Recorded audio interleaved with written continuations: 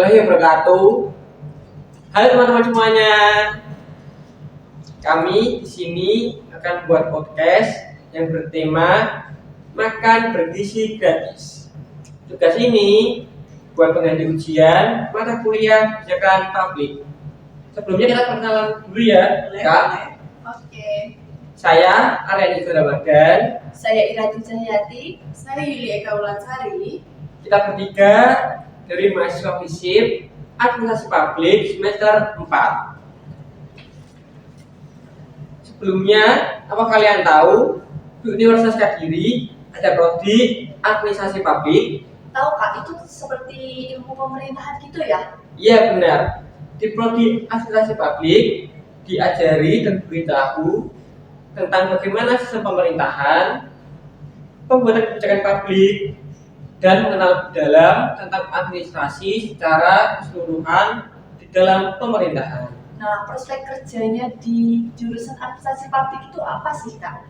Prospek kerja di jurusan administrasi publik ini termasuk cukup luas karena bisa bekerja di bidang baik swasta maupun pemerintahan.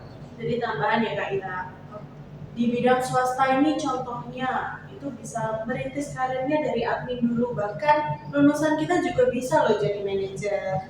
Wah, keren banget ya Kak. Iya, di sini juga diajarin gimana jadi birokrat muda, terus cara berorganisasi yang baik, cara menjadi pemimpin yang baik dalam organisasi. Wah, berarti bukan tentang ilmu pemerintahan saja ya? Iya, luas banget sih. Di sini juga ada ilmu sosial, Ya. ilmu hukum tata negara, maupun ilmu-ilmu yang lain dalam menyangkut pemerintahan. Jadi kita nggak pemerintahan aja, tapi kita juga ke sosialnya, ke cara kita. Selamat datang di Universitas Kediri. Yuk ikut aku ke lokasi pendaftaran. Ini dia lokasi pendaftarannya. Yuk kita ke ruang administrasi FISIP.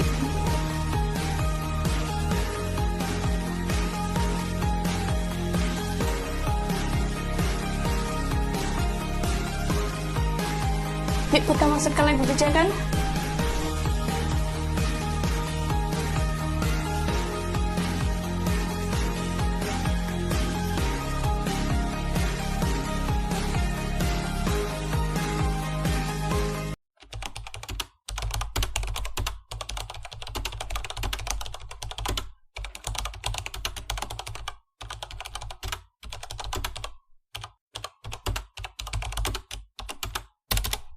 Dan kita lanjut untuk membahas, tapi teman-teman perlu diketahui kita ada 5 tahapan ya. Ya. Yang pertama itu ada perumusan masalah, yang kedua ada agenda publik, kebijakan publik, yang ketiga formulasi aturan kebijakan, keempat tentang kebijakan, dan kelima bonus dari kita membahas tentang implementasinya dalam wilayahnya masing-masing.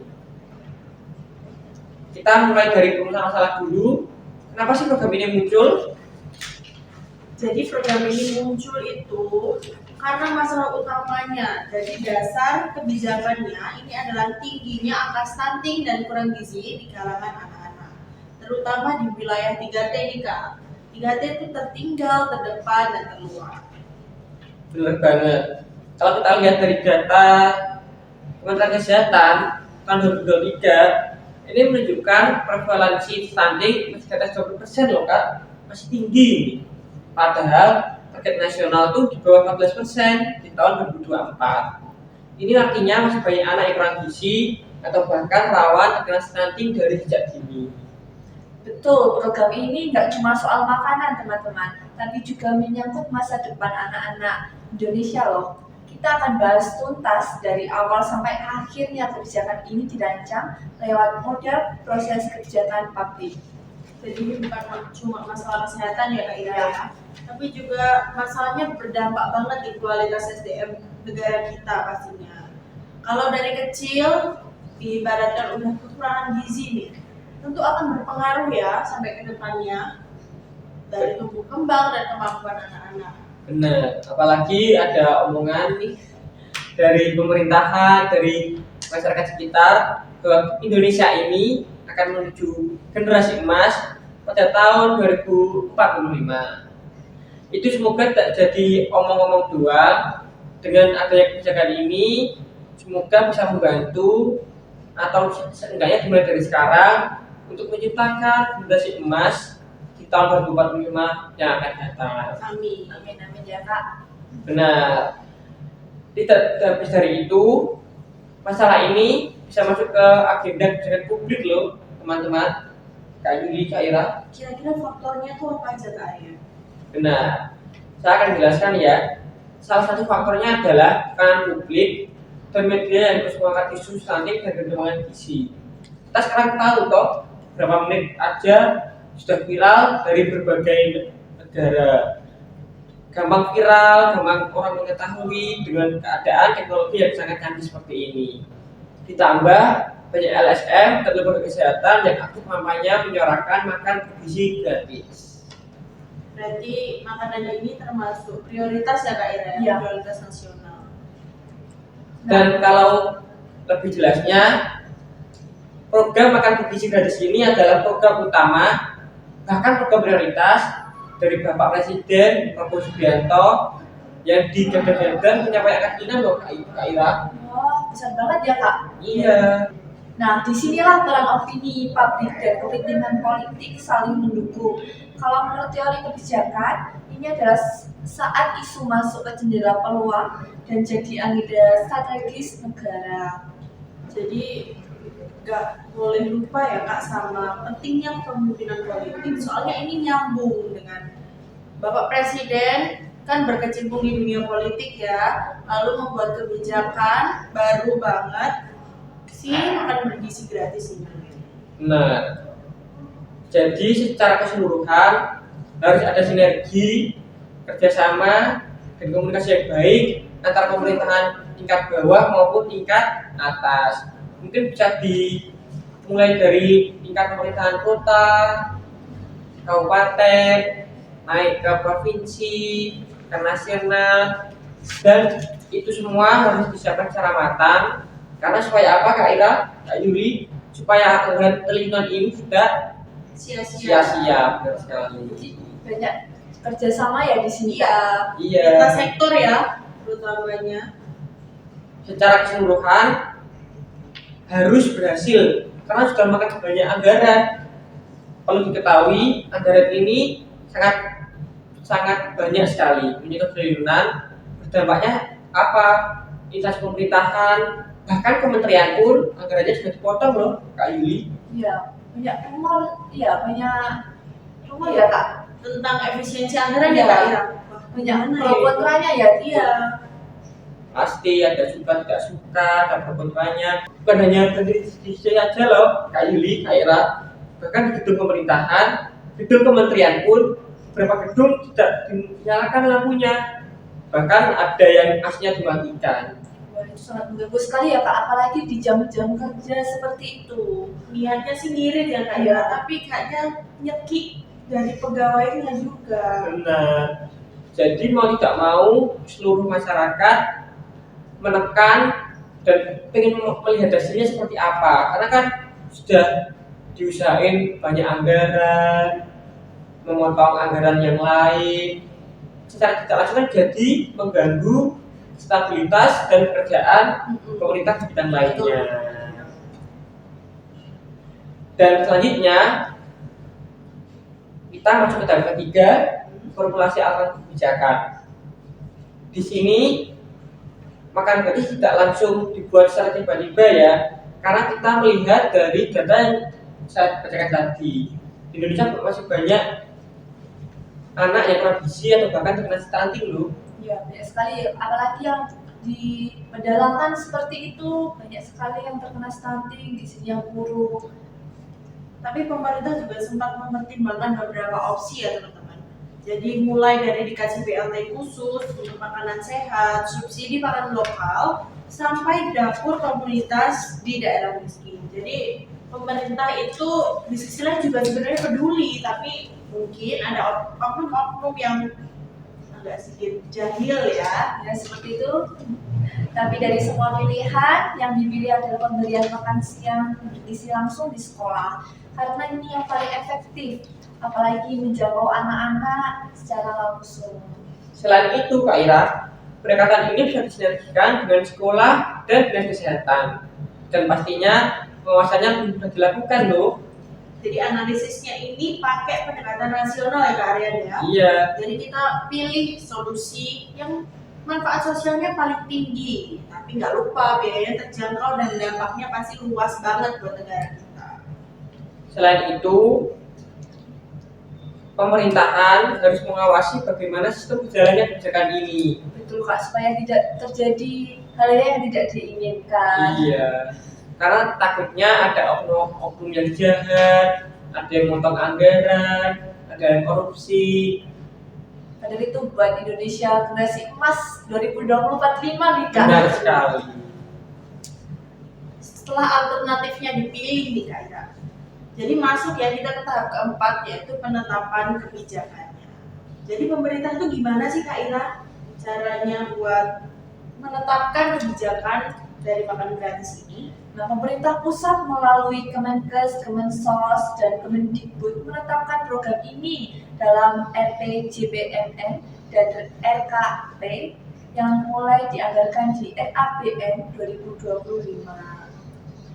Nggak cuma itu, dukungan politik dari DPR sangat penting banget. Karena tanpa persetujuan legislatif, program ini nggak bisa berjalan. Banyak sekali kerjasama ya Kak di sini. Iya, jadi DPR sendiri buat wakil rakyat ya, dari kepanjangannya aja Dewan Perwakilan Rakyat. Jadi Iya. itu penting banget buat kita sampaikan juga ya di sini. Nah, lembaga seperti Bappenas, Kemenku juga ikut menyusun skema pendanaan. Jadi ini hasil koordinasi lintas sektor, bukan bekerja satu lembaga saja. Iya benar. Ini sudah direncanakan dan sudah dimatangkan konsepnya, rencananya seperti apa kebijakannya. Semoga tidak ada orang-orang jahat yang mau mengganggu kebijakan dari Bapak Prabowo Subianto ini. Semoga jadinya Indonesia emas ya, bukan Indonesia cemas Iya, ya. benar sekali. Meski implementasi bukan fokus utama dalam bahasa kita hari ini, tapi seperti awal yang saya bilang, kita sudah bahas nih sedikit tentang implementasi di wilayahnya masing-masing. Program ini dilaksanakan bertahap, mulai dari wilayah dengan angka stunting paling tinggi. Jadi kita mulai sharing nih Kak Ira dan Kak Juli, bagaimana sih Boleh. kebijakan ini dilakukan di daerah kalian masing-masing? Nah, kalau di daerah Trenggalek itu sepertinya program ini belum merata ya Kak. Jadi masih banyak yang belum dapat seperti itu. Bagaimana kalau di Kota Kediri ini? Kebetulan saya orang Kediri asli ya teman-teman. Jadi di Kediri itu beritanya juga simpang siur, yang dapat cuma daerah kabupaten, yang daerah kota mungkin cuma 1-2 atau berapa, dengan korelasinya dikit lah sama yang belum kebagian. Jadi sama ya Kak? Iya, merata juga. Saya juga punya kegunaan itu juga belum dapat loh. Padahal tingkatnya tingkat kota. Tingkat kota SD belum dapat. Apalagi yang SMP, SMA. Ini menjadi PR buat pemerintahan supaya bisa merata dan adil ke semua sekolah. Benar banget Ari. Model pelaksanaannya melibatkan banyak pihak seperti dapur sekolah atau catering lokal dengan pengawasan dari dinas kesehatan dan partisipasi orang tua, guru, bahkan masyarakat. Nah, tantangannya juga tentu ada ya Kak. Ini Benar. seperti dari logistik, pengawasan mutu makanan, sampai pada transparansi anggaran. Tapi kalau semua pihak komitmen, hasilnya sangat luar biasa sekali Kak. Tapi nih Kak, ada berita nih ya, cateringnya tuh belum dibayar Kak Ira. Iya Kak, aku juga dengar itu seperti cateringnya belum dibayar juga. Itu juga berdampak loh ke makanan apa yang mau diantar. Iya, jadi- Seperti kadar gizinya kurang, vitaminnya tidak memenuhi standar yang sudah ditetapkan. Banyak sekali masalah yang di program ini ya Kak, mulai dari tadi belum merata, terus program cateringnya belum dibayar, seperti itu. Tapi kalau komitmen semuanya sih harusnya program ini berjalannya dengan lancar dan baik ya Kak Ira. Ya Kak. Benar sekali. Ngomong-ngomong, dalam kita hari ini benar-benar menggambarkan bahwa kebijakan itu proses yang kompleks ya teman-teman, nggak instan tapi harus terstruktur. Pastinya. Soalnya makan bergizi gratis ini itu perlu perencanaan yang cukup panjang nih Kak Arya, buat dari anggaran, implementasi sampai nanti hasil evaluasinya. Benar sekali. Nah, mulai dari identifikasi masalah masuk ke agenda publik, menyusun alternatif, ditetapkan jadi kebijakan hingga akhirnya dijalankan hingga saat ini, Kak. Program makan gizi gratis ini jadi contoh konkret bagaimana masalah besar bisa dijawab dengan kebijakan yang strategis dan menyentuh kehidupan rakyat. Kita juga punya harapan ya pastinya buat daerah kita masing-masing nih. Semoga program ini kedepannya bisa lancar dan bisa benar-benar menurunkan angka stunting buat anak-anak serta membentuk generasi emas tahun 2045. Semoga bisa berjalan dengan baik, pemerintah bisa menjalankan dengan apa yang sudah direncanakan, apa yang sudah dikonsepkan, dan tentunya dampaknya masyarakat Indonesia, terutama anak-anak, bisa merasakan gizi yang cukup dan kadar stuntingnya tahun ini bisa turun. Iya, Kak, karena banyak sekali angka stunting di sini ya, khususnya Indonesia itu. Tinggi banget sih Kak. Iya. Semoga dengan program ini anak-anak Indonesia mulai hidup sehat ya, Ya, stunting. Dapat gizi yang gratis ya Kak. demi menuju masa depan Indonesia emas. masuk. Terima kasih buat kamu yang sudah dengerin sampai habis nih. Jangan lupa follow podcast Suara Kebijakan untuk wawasan baru yang lebih menarik seputar kebijakan publik lainnya. Saya kalau undur diri teman-teman, kalau ada salahnya atau kurangnya dari ucapan atau kata-kata kita bertiga, mohon dimaafkan ya teman-teman. Diambil sisi baiknya, dibuang sisi negatifnya. Saya Aryan Ramadan. Saya Ira Dijayati. Saya Yulia Eka Wulansari. Sampai jumpa di episode berikutnya. Salam sehat, salam bergizi, dan teman-teman.